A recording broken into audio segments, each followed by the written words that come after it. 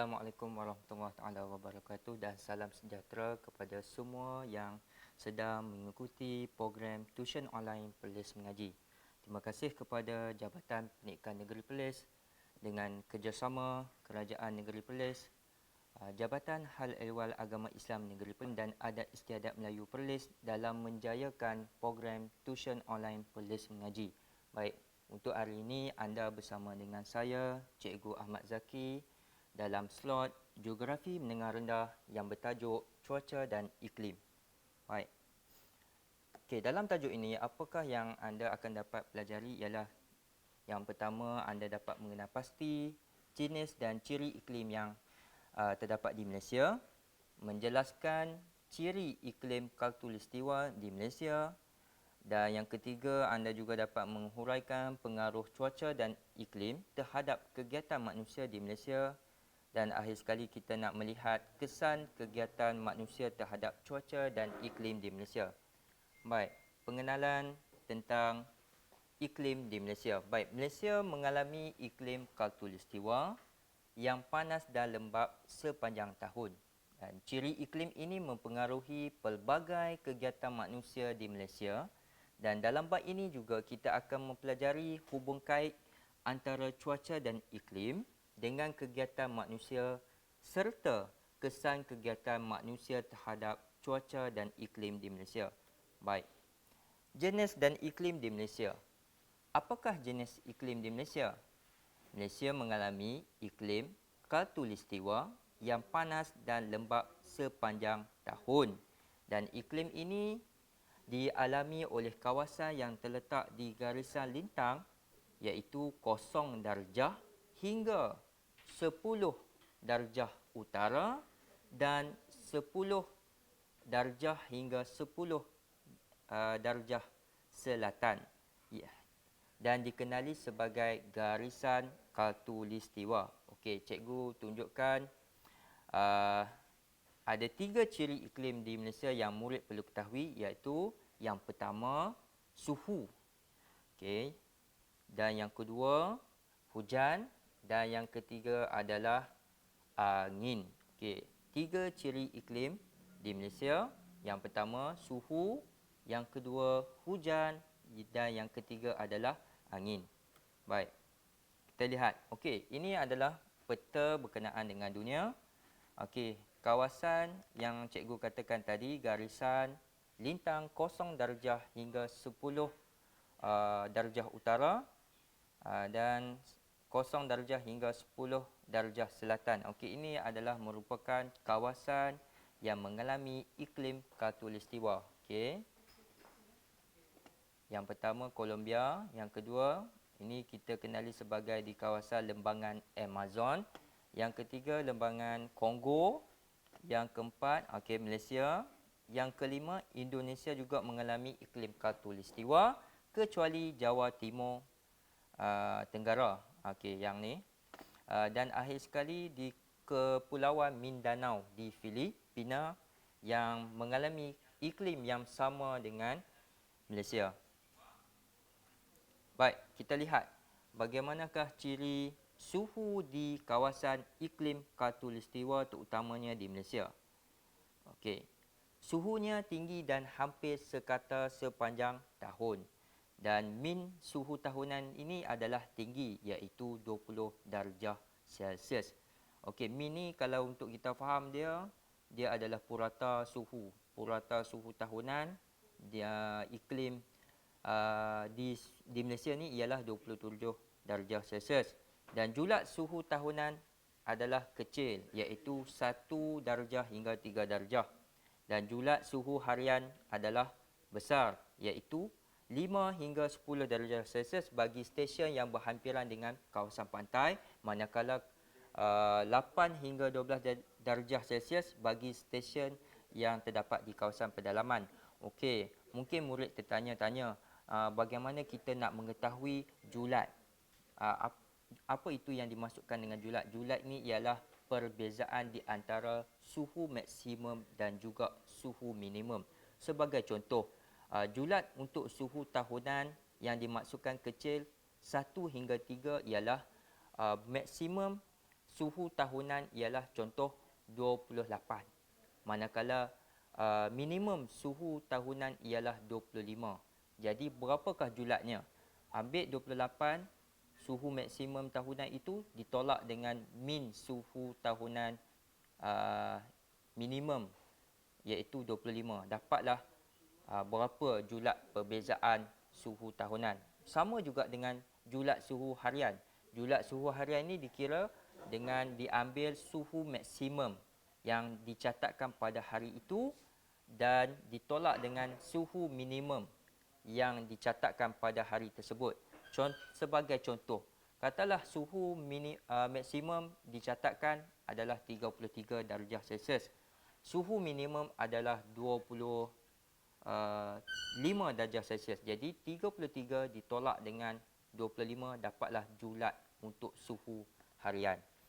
Okey. Baik, kita lihat jumlah suhu bulanan yang terdapat di Malaysia. Okey, ini adalah sumber daripada Jabatan Meteorologi Malaysia. Okey. Bagaimana min suhu tahunan dapat dikira?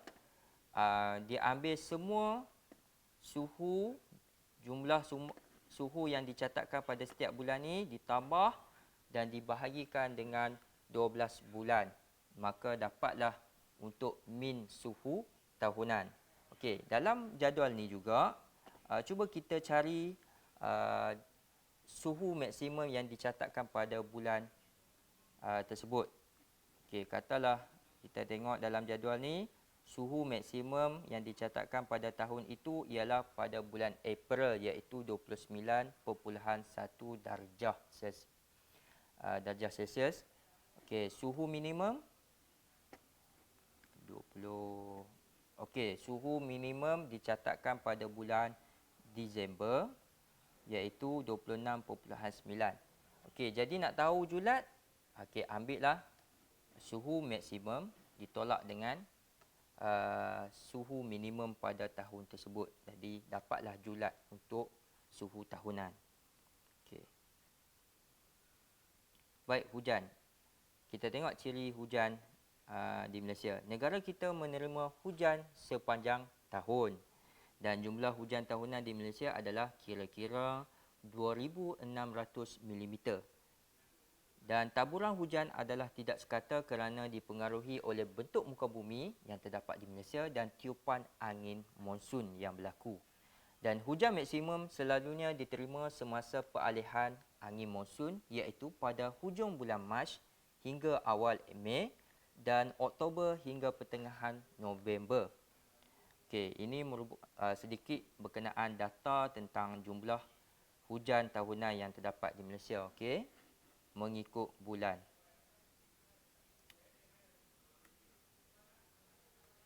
Okey, tahukah anda jumlah penerimaan hujan dan suhu boleh berubah disebabkan beberapa faktor sama ada semula jadi ataupun kesan daripada kegiatan manusia. Okey. Baik, sedikit tentang jenis hujan yang terdapat di Malaysia. Okey. Hujan yang terdapat di Malaysia yang sering berlaku ialah hujan perolakan. Okey, ini sedikit gambar rajah berkenaan bagaimana hujan perolakan ini berlaku. Okey, kebiasaannya hujan ini akan membawa hujan yang lebat disertakan dengan kilat dan petir. Okey.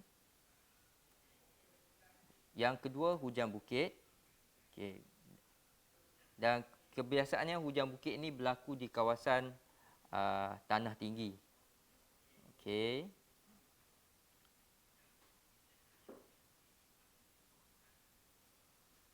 Okey, cuba kita lihat taburan hujan tahunan di Malaysia. Okey, ini berkenaan peta berkenaan dengan taburan hujan tahunan di Malaysia. Okey, untuk warna yang gelap ini menunjukkan kawasan yang menerima hujan lebih daripada 3,500 mm bagi setiap tahun, manakala kawasan yang putih ni adalah kawasan yang menerima hujan di antara 2,500 hingga 3,500 mm dan kawasan yang kelabu ini merupakan kawasan yang kurang menerima hujan iaitu kurang daripada 2,000 mm setahun. Okey, di sini jumlah hujan dan menunjukkan kawasan-kawasan utama yang terdapat di Malaysia. Okey, ini adalah sedikit paparan imej daripada satelit yang menunjukkan taburan hujan yang berlaku di Malaysia. Okey, kalau lihat ni, tumpuk-tumpuk yang berwarna biru ni, ini sebenarnya sedang berlaku hujan. Yang tumpuk-tumpuk hijau ni, ini adalah kawasan yang juga berlaku hujan di kawasan Sarawak. Okey, kalau hijau ni dia kawasan ni mengalami hujan yang lebih lebat berbanding yang kawasan yang berwarna biru ni. Okey. Ini sedikit gambar tentang taburan hujan yang berlaku di Malaysia. Okey, ini yang cikgu masukkan ni. Yang biru ni dia punya hujan dia tu tak lebat sangatlah. Kalau warna hijau tu dia hujan tu dalam keadaan sederhana. Dan kalau warna kuning ataupun warna oranye ni menunjukkan hujan tu berlaku yang sangat lebat. Okey. Gambaran ini boleh didapati di Jabatan Meteorologi Malaysia. Okey. Dan yang ketiga, ciri yang ketiga ialah angin.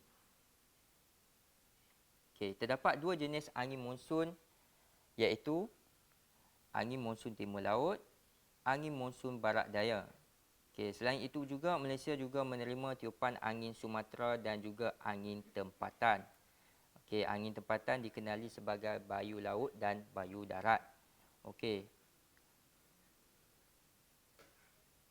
Okey, selalunya angin monsun timur laut ni dia berlaku pada bulan Mac hingga dia berlaku pada awal bulan November hingga bulan Mac. Okey. Dari arah timur laut, dan dia angin ini membawa hujan yang lebat ke pantai timur semenanjung Malaysia serta pantai utara dan timur Sabah. Sebab itu kalau kita lihat pada bulan November hingga Mac akan berlaku hujan yang sangat lebat di pantai timur semenanjung Malaysia. Manakala angin monsun barat daya berlaku pada pertengahan bulan Mei dan berakhir pada bulan September. Dan angin monsun barat daya ini juga membawa hujan yang sederhana lebat ke Malaysia tetapi berlaku di kawasan pantai barat semenanjung. Okey. Cikgu nak bagi tips bagaimana kita nak mengingat tempoh berlakunya angin monsun barat daya dan juga angin monsun timur laut. Okey, murid-murid lihat jam yang terdapat di dinding. Jam yang ada dekat dinding tu, okey, dia ada nombor 1 hingga 12. Okey. Untuk memudahkan pelajar ingat bilanya berlaku angin monsun ini, okey, lihat nombor yang 11 hingga nombor 3, okey, itu adalah tempoh berlakunya angin monsun timur laut. Jadi nombor 11 tu mewakili bulan November, 12 mewakili bulan Disember, 1 mewakili bulan Januari, 2 mewakili bulan Februari dan 3 tu mewakili bulan Mac. Jadi tengok jam tu. Okey, jadi fahamlah bulan 11 sampai bulan nombor 11 sampai bulan nombor 3 tu itu tempoh berlaku angin monsun timur laut. Manakala nombor 5 sampai nombor 9 itu adalah tempoh berlaku angin monsun barat daya. Okey. Nombor 4, nombor 10. Okey, baik. Kita tengok. Okey. Untuk angin Sumatera, dia berlaku pada bulan April hingga Mei dan September hingga Oktober. Okey, dan pada tempoh ini angin Sumatera ini juga dikenali sebagai peralihan angin monsun. Okey, macam tadi cikgu katakan, bulan 11 sampai bulan 3 itu adalah tempoh angin monsun timur laut. Bulan 4 dia berlaku peralihan angin monsun. Bulan 4 ni dia berlaku peralihan angin monsun, kita kenali sebagai angin Sumatera. Dan pada bulan 5 pula akan berlakunya angin monsun barat daya sehinggalah bulan 9, akhir bulan 9, masuk saja bulan 10, dia berlaku peralihan angin monsun. Dan dia berlaku sekali lagi yang kita kenali sebagai angin Sumatera dalam tempoh bulan 10 tu. Bila masuk saja bulan 11, okey, bermulalah tempoh angin monsun timur laut. Dan kebiasaannya apabila berlakunya peralihan angin monsun ni, angin Sumatera ini, dia akan membawa hujan yang lebat di kawasan pantai barat Semenanjung. Kenapa dia dipanggil sebagai angin Sumatera? Kerana arah angin ini datang daripada Sumatera, Indonesia. Okey. Okey, seterusnya kita lihat apa yang dimaksudkan dengan angin tempatan yang cikgu sebutkan tadi. Okey, angin tempatan dia ada dua. Satu yang kita kenali sebagai bayu laut. Okey, bayu laut ni dia berlaku pada waktu siang dan di kawasan berhampiran pantai. Okey. Udaranya bergerak dari laut yang bertekanan tinggi ke daratan yang bertekanan rendah. Maksudnya, udara panas dari daratan dibawa ke arah laut. Manakala udara yang sejuk daripada arah laut dibawa ke daratan. Jadi konsep dia macam tu, circle. Jadi sebab itulah yang cikgu sebutkan awal tadi, kenapa julat suhu di kawasan pantai lebih rendah berbanding kawasan pedalaman, kerana angin tempatan ini, kerana disebabkan bayu laut ni. Okey, tahukah anda apa yang dimaksudkan dengan bayu? Bayu ini bermaksud angin yang bergerak perlahan-lahan atau angin yang tidak kuat.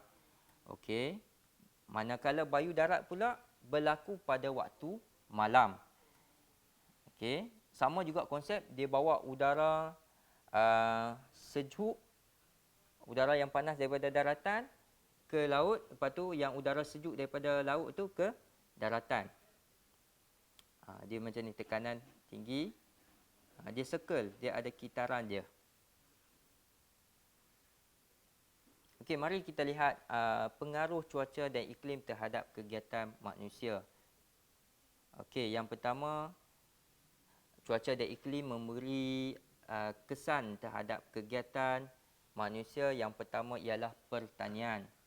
Kerana iklim khatulistiwa yang panas dan lembap sepanjang tahun menggalakkan penanaman pelbagai jenis tanaman seperti sawah padi, getah, kelapa sawit, koko dan juga lada hitam.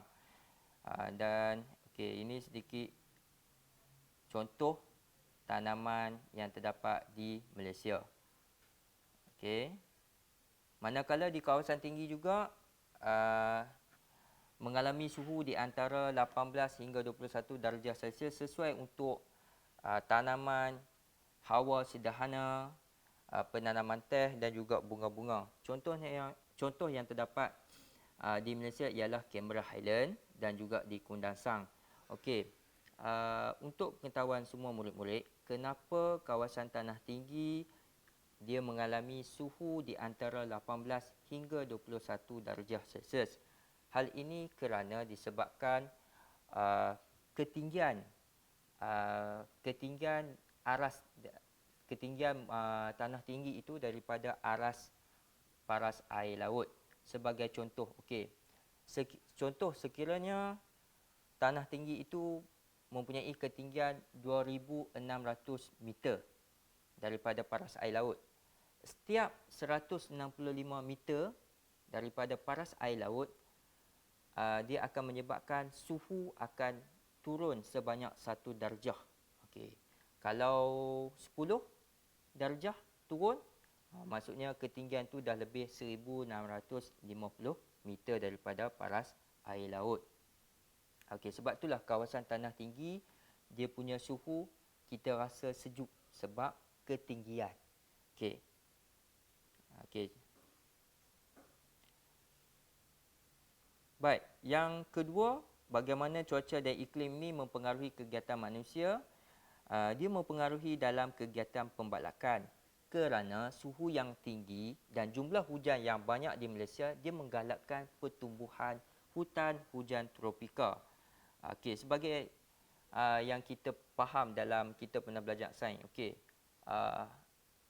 Tumbuhan memerlukan cahaya matahari untuk melakukan proses fotosintesis. Jadi, Malaysia ni mengalami suhu yang tinggi. Jadi, dia menggalakkan proses fotosintesis untuk menggalakkan pertumbuhan tumbuh-tumbuhan yang terdapat di hutan hujan tropika. Manakala jumlah taburan hujan yang banyak, dia memberi air yang cukup untuk pertumbuhan-tumbuhan tersebut. Okey. Antara pokok kayu yang terdapat di hutan hujan tropika kebanyakannya seperti cengal, meranti dan lain-lain. Dan ini menggalakkan kegiatan pembalakan di Malaysia. Jadi nampaklah suhu yang tinggi dan jumlah hujan yang banyak, dia sebenarnya menggalakkan pertumbuhan hutan di hujan tropika. Apabila dia menggalakkan pertumbuhan hutan ni, maka kegiatan pembalakan boleh dijalankan. Okey. Dan yang ketiga, perikanan. Okey. Bagaimana cuaca dan iklim ni mempengaruhi kegiatan manusia melalui perikanan. Okey, kalau kita lihat pada bulan 11 hingga bulan 3 berlakunya angin monsun timur laut.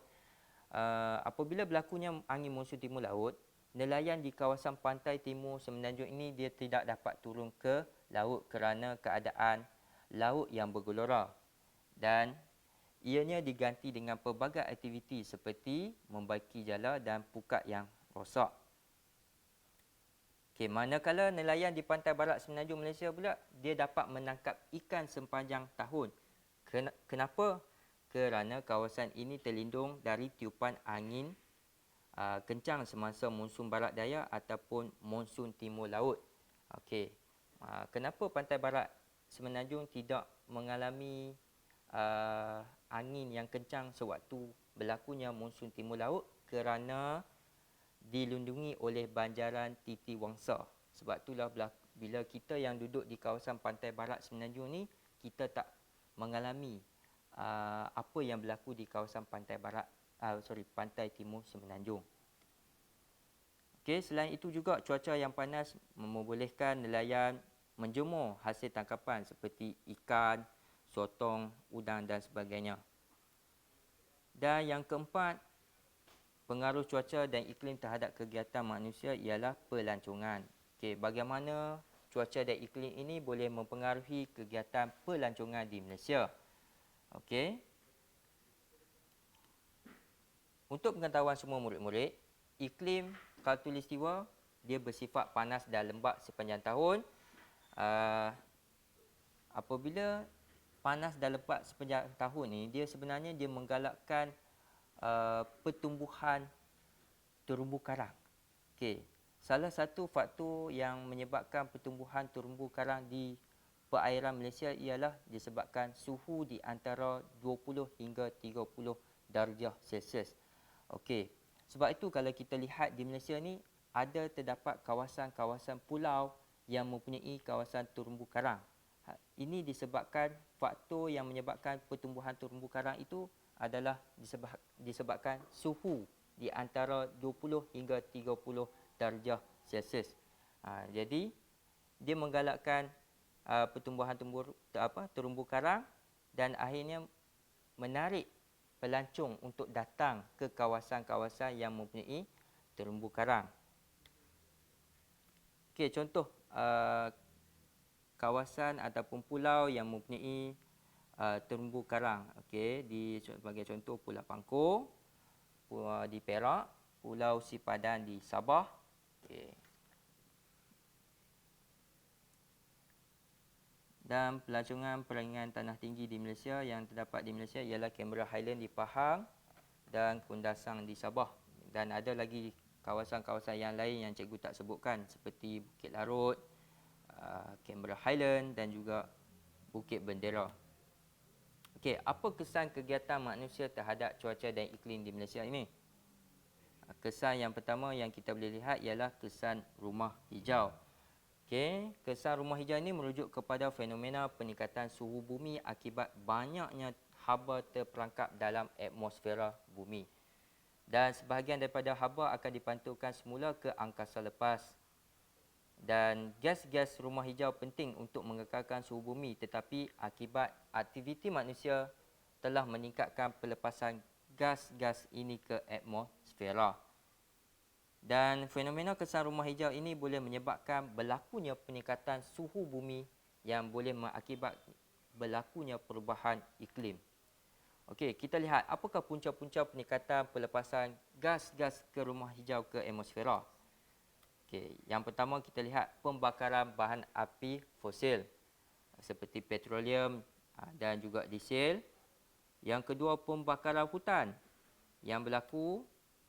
Yang ketiga, kegiatan pembalakan. Yang keempat, pelupusan sampah. Ini pembakaran sampah. Okey. Okey, kita lihat rajah berkenaan dengan kesan rumah hijau. Okey.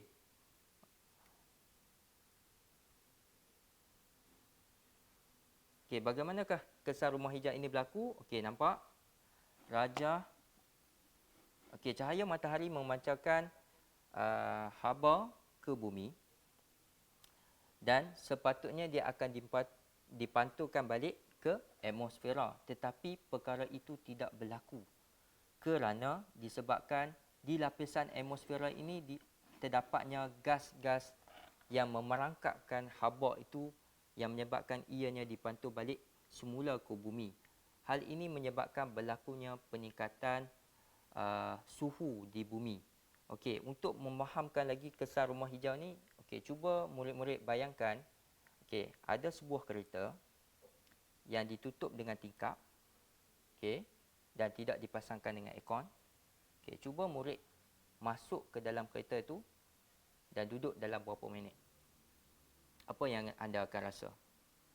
Anda akan berasa panas kerana haba yang terperangkap dalam kereta tersebut. Okey. Cahaya masuk tetapi cahaya tak boleh keluar. Bayangkan kita duduk dalam kereta yang duduk di tengah panas, haba masuk tetapi haba itu tak keluar. Begitulah bumi kita. Haba yang dipancarkan oleh matahari, dia terperangkap di lapisan atmosfera kerana disebabkan gas-gas yang karbon dioksida, gas metano, CFC ni yang merangkapkan haba tersebut, yang menyebabkan bumi menjadi semakin panas. Okey, yang kedua, kesan daripada kegiatan manusia juga akan menyebabkan berlakunya pulau haba. Okey, pulau haba ini selalunya merujuk kepada fenomena yang berlaku di kawasan bandar. Okey, berbanding kawasan sekitarnya. Okey, punca-punca yang menyebabkan berlakunya fenomena pulau haba ialah, okey, yang pertama disebabkan banyaknya bangunan-bangunan konkrit dan juga permukaan jalan yang berturap. Apabila banyaknya bangunan konkrit dan juga permukaan berturap ini, dia menyerap dan menyimpan banyak bahan matahari. Okey, yang kedua, kesesakan jalan raya yang menyebabkan pelepasan asap dan haba yang tinggi oleh kenderaan.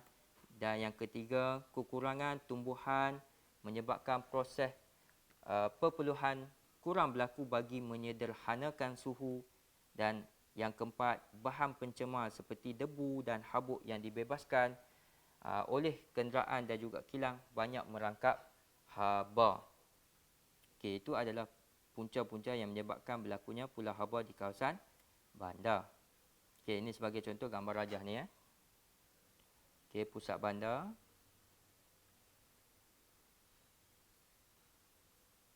Okey. Dan yang ketiga, kesan kegiatan manusia terhadap cuaca dan iklim juga akan menyebabkan berlakunya hujan asid. Hujan asid ini adalah hujan yang mengandungi kandungan asid yang lemah dengan nilai pH kurang daripada 5.6. Dan selalunya hujan asid ini berlaku apabila udara di sesuatu kawasan itu tercemar dengan teruk, terutamanya di kawasan perkilangan ataupun perindustrian. Okey.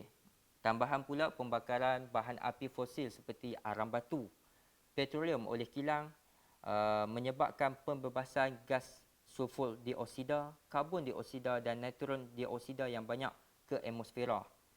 Okey, apabila gas-gas ini tersebar ke atmosfera, dia akan terlarut dalam wap air dan menghasilkan asid sulfurik dan asid nitrik. Okey. Apabila wap air yang mengandungi asid ini, dia akan membentuk awan, dan apabila dia terpeluap, hujan akan turun sebagai hujan asid. Okey, kita lihat gambar rajah ni. Okey, nampak gas yang dilepaskan, dia terlarut dalam wap, dan gas yang berasid ni dalam wap air membentuk asid yang lemah dan akan turun sebagai hujan asid. Okey. Kesan apa yang berlaku akibat hujan asid? Okey, kita lihat. Yang pertama, dia akan memusnahkan tanaman dan juga tumbuh-tumbuhan. Dan yang kedua, dia akan melunturkan cat dan menghasiskan dinding bangunan. Dan yang ketiga, akan menjejaskan kualiti air dan kepupusan hidupan akuatik. Okey, bagaimana dia menjejaskan kualiti air? Kerana selalunya nilai pH bagi air adalah neutral. Dia 7, tetapi disebabkan hujan asid bercampur dengan hujan asid, maka dia akan merubah nilai pH air tersebut dan akhirnya akan menyebabkan kematian kepada hidupan akuatik. Okey, yang keempat, kesan kegiatan manusia terhadap cuaca dan iklim akan menyebabkan berlakunya jerebu. Okey, kita lihat punca-punca yang berlakunya jerebu. Okey, jerebu ni berlaku disebabkan sama ada satu secara semula jadi ataupun disebabkan kegiatan manusia. Okey, kita lihat. Yang pertama, punca jerebu boleh berlaku akibat letusan gunung berapi yang berlaku di negara jiran. Sebagai contoh, di Indonesia yang mempunyai banyak kawasan gunung berapi. Dan yang kedua, pembakaran bahan api fosil dari kenderaan dan kilang. Okey. Yang ketiga, pembakaran hutan. Selalunya pembakaran hutan ini disebabkan kerja-kerja pembersihan yang dilakukan oleh syarikat yang menjalankan aktiviti pertanian berskala besar. Sebagai contoh, penanaman kelapa sawit. Banyak hutan-hutan ni dibersihkan melalui dengan cara pembakaran hutan. Sebab itulah berlakunya jerebu. Dan contoh yang paling kita boleh lihat berlaku pada tahun 2015. Bagaimana pembakaran hutan di kawasan Indonesia menyebabkan jerebu yang teruk di kawasan Asia Tenggara. Dan jerebu ini pula dibantu pula dengan pada waktu ketika itu berlaku angin monsun barat daya. Jadi asap yang dibakar di kawasan Kepulauan Sumatera ni dibawa ke Malaysia. Okey, dan yang keempat, pembakaran terbuka daripada sampah sarak dan sisa tumbuhan. Okey, kita lihat kesan-kesan jerebu ini kepada manusia dan juga alam sekitar. Okey, yang pertama, dia akan mengurangkan jarak penglihatan. Okey, mengganggu pertumbuhan tanaman. Yang ketiga, menyebabkan masalah kesihatan seperti kulit, mata dan paru-paru. Dan yang keempat, menjejaskan aktiviti pengangkutan. Selalunya aktiviti pengangkutan yang terjejas akibat jerebu ini ialah pengangkutan udara dan juga pengangkutan air. Sebab tak nampak. Okey. Dan seterusnya kita lihat fenomena El Nino. Apa yang dimaksudkan dengan fenomena El Nino ni? Fenomena El Nino ni dapat dikaitkan dengan pemanasan suhu di lautan Pasifik yang luar biasa sehingga menyebabkan perubahan tekanan udara dan juga pola tiupan angin. Okey. Okey, keadaan ini mengakibatkan negara-negara di barat lautan Pasifik termasuk Malaysia akan mengalami kemarau. Walaupun sepatutnya menerima hujan yang lebat, ketika itu negara di timur lautan Pasifik akan pula mengalami hujan lebat walaupun sepatutnya mengalami musim kemarau. Okey. Dan fenomena ini kebiasaannya pernah berlaku di Malaysia. Yang sepatutnya kita berlaku hujan lebat tetapi berlaku kemarau disebabkan ini fenomena El Nino. Okey. Ini yang cikgu katakan tadi. Okey, sepatutnya kawasan timur laut Pasifik ni mengalami hujan lebat tetapi disebabkan fenomena El Nino ni Dia menyebabkan kawasan di timur lautan Pasifik mengalami kemarau, manakala kawasan nu pula dia akan mengalami hujan yang lebat. Okey, fenomena La Nina. La Nina ni ialah gejala gangguan iklim yang disebabkan oleh penurunan suhu permukaan di bahagian tengah dan timur lautan Pasifik. Penurunan suhu adalah lebih rendah daripada biasa berbanding dengan kawasan sekitarnya. Okey, selalunya fenomena ini akan mengakibatkan pembentukan awan yang tebal dan hujan yang lebat yang luar biasa serta akan mengakibatkan berlakunya banjir besar. Sebagai contoh, kita lihat berlakunya banjir besar di Malaysia pada tahun 2014 disebabkan kesan daripada fenomena La Nina. Okey. Itu sahaja untuk hari ini, sedikit sebanyak berkenaan dengan cuaca dan iklim di Malaysia. Cikgu harap ilmu yang disampaikan dapat memberi manfaat kepada semua murid yang sedang mengikuti program tuition online Perlis Mengaji. Apa yang baik itu datang daripada Allah dan kekurangan itu datang daripada kelemahan dalam diri cikgu sendiri. Okey. Itu saja untuk hari ini. Assalamualaikum warahmatullahi taala wabarakatuh. Sekian, terima kasih.